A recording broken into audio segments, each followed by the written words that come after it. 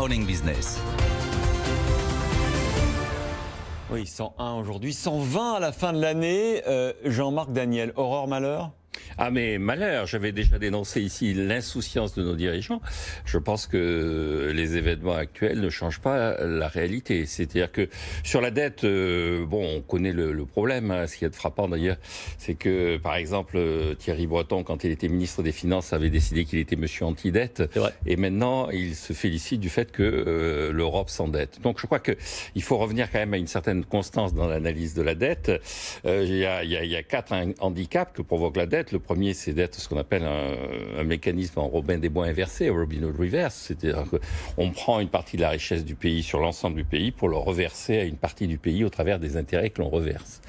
Bon, le deuxième handicap... Intérêt faible. Intérêt de plus en plus faible. Et ça, c'est le deuxième handicap. C'est que pour limiter cet effet, on maintient des taux d'intérêt très bas. Donc, on a des taux d'intérêt qui sont désormais inférieurs au taux de croissance, ce qui perturbe complètement le fonctionnement de l'égalité entre l'épargne et l'investissement. Ça entretient des investissements qui sont des investissements moins productifs qu'ils devraient être. Enfin, la dynamique de l'investissement telle qu'elle a été conçue dans les histoires du détour de production chez Bemba-Verk ou des théories comme ça est complètement perturbée par ça. Vous y perdez votre latin. J'en suis complètement effaré. Et l'économie en est effarée. Bemba-Verk devrait se retourner 25 fois dans sa tombe dans l'état des lieux sur le plan des taux d'intérêt et des taux d'investissement. Le troisième élément, c'est que vous avez un mécanisme qui est un mécanisme quand même de transfert intergénérationnel, c'est-à-dire que vous modifiez dans la génération d'après les niveaux de revenus, puisque dans la génération d'après, il y a des gens qui vont payer alors qu'ils n'ont jamais été touchés au départ par ce qui s'est passé. C'est pas eux qui devraient être les victimes de cet élément, mais il y a des gens qui reçoivent. Donc vous avez une distribution, une réorganisation des revenus dans la génération d'après qui est tout à fait non pertinente. Et puis le dernier élément, qui est un élément plus factuel, c'est le fait qu'avant cette récession, avant ce choc, qui est encore une fois un choc exogène, et là on rejoint un peu les problèmes européens, vous aviez quand même un déficit structurel de la France qui était élevé. C'est-à-dire vous avez une incapacité des autorités françaises à demander à la population les éléments pour payer les services que les autorités sont supposées rendre à la population. Normalement, l'impôt, c'est un moyen de payer les services publics. Si vous êtes en déficit, si vous accumulez de la dette, c'est que la population n'est pas disposée à payer la somme qu'elle devrait payer pour ces services publics. C'est-à-dire que vous avez une inefficacité de ces services publics. Et donc là, cette dette, elle traduit, encore une fois, une inefficacité de l'État, une incapacité de l'administration à rendre les services qu'il devrait rendre. Nicolas Dose. Sur le long terme, je suis complètement d'accord avec Jean-Marc. Il est certain que si on a cette dette accumulée depuis 46 ans, c'est pas le fait de chocs exogènes ou de la fatalité ou de la malchance. Là, après, est-ce qu'aujourd'hui cette dette est grave ? Aujourd'hui, au moment où nous parlons, non. Vous avez aucun travail d'économiste qui vous dit il y a un niveau maximum de dette qu'il ne faut pas dépasser et au-delà de ce niveau, vous passez de vie à trépas. Prenez le Japon, qui est un pays qui a encore la tête hors de l'eau, mais qui a une colossale épargne privée des Japonais et qui fonctionne avec 230% de PIB. Et puis l'Espagne, qui a été dans une grande difficulté, qui partait d'un niveau très bas, mais à 70% de dette, ils étaient dans une grande difficulté. Et l'Argentine aujourd'hui va très mal et ils sont entre 55 et 60% de dette. Il n'y a pas un niveau de dette qui est bon ou mauvais. Il y avait un niveau de dette qui était défini par les traités européens. Alors, on avait oui, mais ça, maintenant, on a clairement fait voler en éclats tous les critères de Maastricht et ça risque de durer un petit moment. Après, ces taux très bas sont artificiels, mais ils sont très bas. La moyenne aujourd'hui de la dette française, toute échéance confondue, on est sur du 1,5%. C'était pratiquement 5 fois plus il y a 25 ans.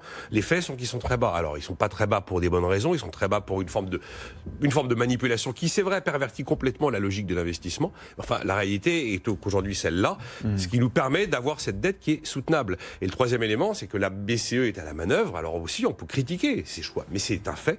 Elle est à la manœuvre et elle se gorge très largement de la dette publique émise par les États de la zone euro en jouant son rôle de prêteur en dernier ressort. La réalité aujourd'hui, c'est que quand l'agence France Trésor à Bercy émet de la dette française, soit de la dette neuve, soit de la dette pour payer l'ancienne, les papiers français partent comme des petits pains, il n'y a aucun problème, on n'a aucune difficulté aujourd'hui à s'endetter, peu importe qu'on soit à 90, à 100 ou à 110%, et à 120%, on pourra... Et donc, comme Keynes, vous diriez qu'à long terme, de toute façon, nous serons tous morts, et donc c'est pas grave. Mais si vous voulez, aujourd'hui, au moment... Alors, tant que les gens qui nous ont prêté de l'argent, qui sont principalement les épargnants du monde entier, et même à la limite nous les Français, quand on a de l'assurance vie en fonds euros, tant que ces gens sont remboursés dans les temps, eh bien ils continuent à acheter cette dette, ce papier qui est considéré comme sécure, qui est considéré comme sûr, parce qu'il est en euros, parce qu'il bénéficie de la signature allemande, parce qu'on sait qu'on lève très bien l'impôt en France. Le jour où on n'est plus capable de les rembourser, C'est là où ils vont demander une prime de risque beaucoup plus importante. Et à ce moment-là, les problèmes commencent et peuvent se dégrader très très très vite. Donc dire aujourd'hui c'est pas grave, ok, mais ça ne veut pas dire que demain tout peut forcément bien se passer. Mais vous croyez, Jean-Marc, qu'on sera rattrapé un jour par la réalité économique ou est-ce qu'on est sur des nouveaux paradigmes finalement? Non, on sera rattrapé par la réalité économique, mais pas celle que vient de décrire Nicolas, parce que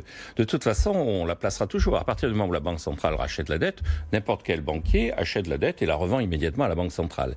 Et donc le véritable enjeu, c'est que effectivement, ces taux d'intérêt artificiels et l'angoisse que tout cela génère perturbent donc l'investissement et génèrent ce qu'on appelle les mécanismes d'équivalence ricardienne. La population est inquiété par cette évolution, par la menace d'inflation que tout cela génère, et donc la population se met à épargner. Et donc vous avez une espèce de mécanisme. Donc on casse la dynamique économique, on l'entretient. Ce qu'on a vu au Japon, par exemple. Exactement, on casse la dynamique économique. C'est-à-dire vous avez des taux d'épargne qui sont très importants, vous avez en face des investissements qui sont peu efficaces, et vous avez donc une dynamique de croissance qui est cassée.